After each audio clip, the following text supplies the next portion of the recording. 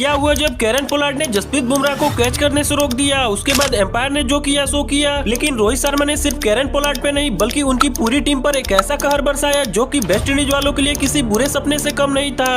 तो ये बात है साल 2018 की, जब इंडिया वर्सेज वेस्ट इंडीज के बीच दूसरा T20 मैच खेला गया। इस मैच में इंडिया ने पहले बैटिंग करी और ओपनिंग करने आए कैप्टन रोहित शर्मा और शिखर धवन इंडियन टीम को एक अच्छी शुरुआत देते हैं और पावर प्ले में ही टीम का स्कोर 50 रनों के पार पहुंचा देते हैं। लेकिन तभी 8वें ओवर की पहली बॉल पर शिखर धवन एक बड़ा शॉट खेलने के चक्कर में बाउंड्री पर खड़े फील्डर के हाथों में अपना कैच थमा ही दिए थे, लेकिन फील्डर की मिस फील्डिंग की वजह से ये कैच ड्रॉप हो जाता है। तो वही दूसरी तरफ रोहित शर्मा आज एक अलग ही मूड में लग रहे थे और वेस्ट इंडीज के बॉलरों से सिर्फ छक्के और चौकों में ही डील कर रहे थे। और देखते ही देखते 13वें ओवर की पहली बॉल पर रोहित शर्मा इस डबल के साथ 38 गेंदों में अपनी 50 भी पूरी कर लेते हैं और 50 पूरी हो जाने के बाद तो रोहित शर्मा और भी आक्रामक हो जाते हैं और 14वें ओवर की पहली और दूसरी गेंद पर बैक टू बैक 2 छक्के लगाते हैं। लेकिन इसी बीच इस ओवर की आखिरी गेंद पर शिखर धवन 41 गेंदों में 43 रन बनाकर कैच आउट हो जाते हैं और इसके बाद बैटिंग करने आए ऋषभ पंत भी ज्यादा कुछ नहीं कर पाते और 6 गेंदों में 5 रन बनाकर वो भी कैच आउट हो जाते हैं। और इसके बाद बैटिंग करने आए केएल राहुल शानदार बैटिंग करते हुए रोहित शर्मा का एक अच्छा साथ देते हैं। तो वही दूसरी तरफ रोहित शर्मा आज रुकने का नाम ही नहीं ले रहे थे और जो भी वेस्ट इंडीज का बॉलर बॉलिंग कराने के लिए आ रहा था उससे सिर्फ बाउंड्री में ही डील कर रहे थे।